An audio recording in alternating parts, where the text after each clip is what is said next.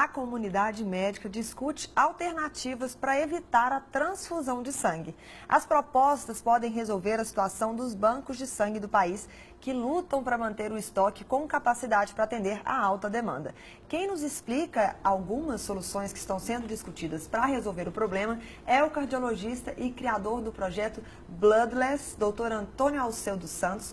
Boa tarde, doutor Antônio. Boa tarde, Adriana. É um prazer estar aqui com todos vocês. O prazer é recebê-lo aqui. Eu estou interessadíssima nesse assunto porque eu não sabia que existiam essas alternativas. A gente vê muitas campanhas incentivando a doação de sangue, não que isso deva parar, a gente continua tendo que doar sangue, é necessário, mas a gente nunca ouviu falar, assim, vamos dizer assim, amplamente dessas alternativas. Do que se trata? Deixa eu explicar inicialmente por que surgiu essa ideia. Okay, Desde 2002, quando eu fiz a residência em São Paulo, aí a gente vai lendo alguns artigos científicos, alguma matéria científica publicada no exterior. E viu que as transfusões de sangue, além dos riscos relacionados, que é infecções, que a gente sabe, né, todo mundo vê, que é o HIV, hepatite C, agora o Zika também, que matérias relacionando a transfusão de sangue com transmissão do Zika vírus. E sem falar o principal que a gente está vendo hoje, atual no momento, é a escassez de sangue nos bancos. Então, isso é uma situação real em BH e como em outras partes do país também. E sem falar que para o paciente, que é o foco principal da medicina, é o paciente, é o doente. Se ele recebe menos transfusões de sangue, ele vai para casa mais cedo e economiza até para o hospital. Aí que foi surgindo essa ideia de a gente montar um projeto, outros médicos, para fazer protocolos, para divulgar a ideia que é possível a gente realizar cirurgias, tratar um paciente, utilizando as alternativas ao invés das transfusões de sangue. Então, aí surgiu lá em 2002. Aí eu fui escrevendo... Esse projeto, o Bloodless, surgiu em 2002? Não, a minha ideia. A ideia, ok. Aí a gente foi juntando com outros médicos, outras equipes, que a gente viu que dava para fazer e divulgar essas ideias, os protocolos que a gente usa, entendeu? Então, vamos falar o foco principal, que é as alternativas. Vamos dividir basicamente em 3 pilares, ou seja, em 3 princípios fundamentais para o pessoal entender, seja da área de saúde ou não, que fica mais fácil. Por exemplo, o primeiro é tratar toda e qualquer anemia. O primeiro pilar, o primeiro princípio. Se o paciente ele vai para uma cirurgia, e você vê que na maioria das vezes esse paciente acaba guardando, quando define que ele tem que operar, ele acaba guardando 1 mês ou 30 dias, não sei que seja uma cirurgia de urgência. Sim. Se ele está com anemia, por que não tratar essa anemia primeiro, para depois ele submeter a cirurgia? É eletiva. Isso é algo simples, dá sulfato ferroso, ácido fólico, um complexo B. Ele já vai para a cirurgia não com 11, com 10 de hemoglobina, que já é anêmico, que já está com anemia, mas 5, 14 de hemoglobina, às vezes com até mais, entendeu? Isso vai significar para o paciente benefício, porque aí ele não vai receber transfusão de sangue. A chance dele receber é muito menos, isso os estudos definem, quando ele vai para uma cirurgia com mais de 13 de hemoglobina, que é o ideal para um paciente, que é o normal dos glóbulos vermelhos, a chance de ele receber uma transfusão de sangue é muito pequena. E aí eu vou entrar com uma pergunta que eu até fiz assim logo antes da gente começar, da gente entrar no ar, não deu nem tempo de você terminar de me responder, mas porque eu acredito que essa pergunta seja uma pergunta que várias pessoas em casa fazem essa confusão também. Sim. Eu achava... não sou médica, né, não tenho esse tipo de conhecimento, mas eu achava, e acho que várias pessoas também acham, que a transfusão de sangue se faz necessária quando há uma grande perda de sangue. E não quando a qualidade do sangue ou a oxigenação do sangue está baixa. Existem esses 2 casos e a maioria das vezes é com a qualidade do sangue? O que acontece? Porque, por exemplo, essa solução, por exemplo, da anemia, ao meu ver, não teria impacto, né? E realmente é o que acontece em grande parte das vezes. Isso seria o terceiro princípio, essa tua ideia, o terceiro princípio, que na minha opinião particularmente, Adriano, é o mais importante de todos para definir se o paciente precisa de uma transfusão de sangue ou não. Por exemplo, na África subsaariana, as pessoas lá jogam bola, brincam, lá tem muita anemia, com 5 de hemoglobina. Então, ou seja, um paciente às vezes ele está ali na UTI, um exemplo. operou o coração, fez cirurgia cardíaca, está com 5 de hemoglobina. Mas se ele está lendo o livro, está estudando, está ali tranquilo, muitos colegas vão achar que ele talvez precise de uma transfusão. Mas se ele está clinicamente bem, a oxigenação do seu corpo está tudo normal, isso a maioria dos estudos científicos define que esse paciente não tem necessidade ainda de uma transfusão de sangue. Entendeu? Então, ou seja, essa decisão depende do paciente e do médico. A gente chama isso de tolerância à anemia. O paciente, a gente sabe que ele tolera muito anemia. Isso é individual. Hoje em dia, a literatura cada vez mais tem diminuído esse limiar para indicar uma transfusão de sangue, porque sabe-se que o paciente realmente tolera essa anemia.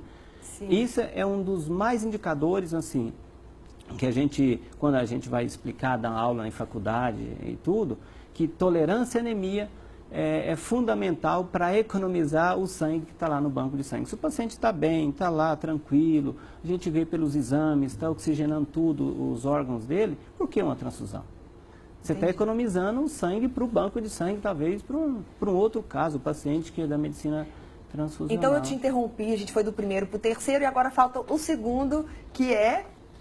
o segundo que, na minha opinião, também é muito importante, porque isso depende muito, aí já é do médico e de alguns equipamentos, técnicas mais especializadas. Que é simples também. Se o cirurgião tiver uma boa mão para fazer uma hemostasia, ou seja, interromper aquele sangramento do paciente que está sangrando ali no ato cirúrgico, ele vai evitar também que no futuro, no final da cirurgia, ele precise de uma transfusão de sangue. Ou seja, se tem um vasinho lá que ele está perdendo sangue, ele vai lá, cauteriza com bisturi elétrico, então, ou seja, ele tem como evitar que aquele paciente perca menos sangue. Mas isso não deveria ser praxe, não? Eu já fico pensando assim.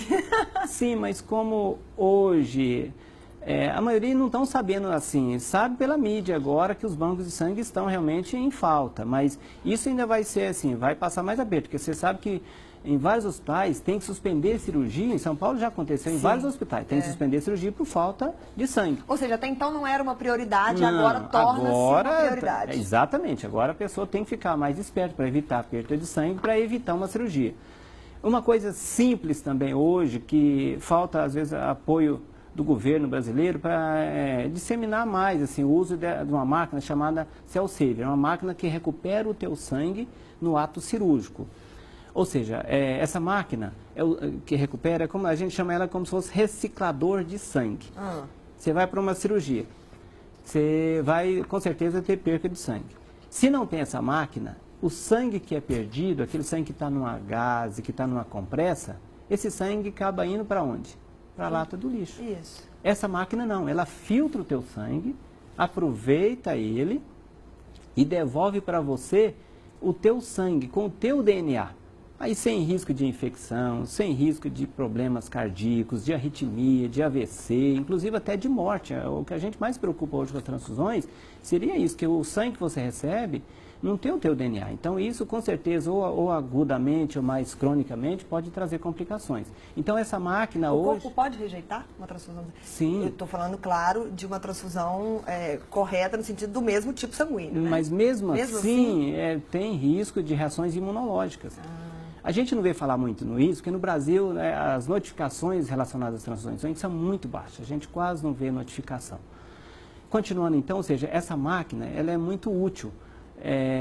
E o custo dela para fazer esse kit, ou seja, aproveitar o teu sangue, é em torno de R$ 1.200, R$ 1.500. Não é tão caro assim.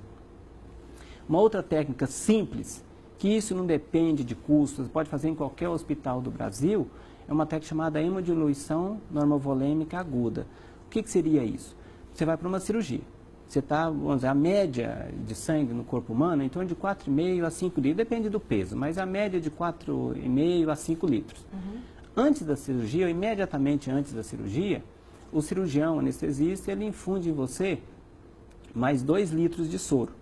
Fisiológico, ou ringo, ou um outro similar a esse aí. Ou seja, o teu sangue... antes de fazer isso, ele retira, à medida que vai injetando o soro, ele retira de você 2 bolsas de sangue e deixa armazenada. Sim. Esse sangue fica lá guardadinho, lá com citrato. O meu próprio sangue. O teu sangue. Só que para compensar o que retirou, ele é obrigado a dar mais líquido, para manter a volemia, para manter o mesmo 5 litros, você entendeu? Tirou, vamos dizer assim, 600 ml ou, 400, ou 800 ml, mas mandou mais. Então, você continua com o mesmo volume de líquido circulante. Até porque aí o sangue que, teoricamente, eu perco ali na cirurgia, ele é menos concentrado. Perfeito, essa é a ideia. E depois eu devolvo um sangue o teu concentrado. sangue. O sangue é teu, sangue purificado, sem risco, com o teu DNA, sem nenhum risco de complicações. Então, essas são as grandes vantagens. Ou seja, você diminui o risco de infecções, de doenças, até de uma... Como é que chama isso quando o corpo não aceita? Reações imunológicas. Reações imunológicas. Isso. Tudo isso é benéfico para o paciente. Ou seja, é melhor para o paciente evitar a transfusão. Perfeito. Só complementando, tem um estudo, foi realizado um estudo na Califórnia, num hospital, onde é que os pesquisadores fizeram o seguinte. O médico, para ele transfundir, aí clicava no computador e ele falava, não, eu quero transfundir esse paciente. Aparecia na telinha assim, você tem certeza disso? Aí apareciam as diretrizes atuais das transfusões de sangue. O resultado desse estudo, só dele ler as diretrizes, economizou para o banco de sangue cerca de 24% de sangue, reduziu as transfusões de sangue em cerca de 24%. Para o paciente, que é o foco principal, ele foi embora para casa mais cedo, de 10 dias de internações, ele passou para 6 dias de internações os pacientes. E o principal de tudo, a mortalidade caiu de 5,5% para 3,3%. Então, ou seja, essa redução de diminuir as transfusões de sangue resultou em benefício para o próprio paciente. Economizou ainda para o hospital. Ou seja, são medidas simples, questões até protocolares, que não necessitam de uma... Não é que surgiu uma nova tecnologia, não é nada disso. É mais uma conscientização da própria comunidade médica, mesmo dos médicos em geral. Isso, é divulgar a ideia. Por isso que a gente criou esse site, não foi só eu, tem mais gente envolvida. Vamos passar o site então. Qual que é o site para quem quiser também se informar mais? É www.bloodless.com.br. Muito bacana. Olha, doutor Antônio, adorei o nosso papo hoje também. Que bom. Eu estou me sentindo até mais culta hoje.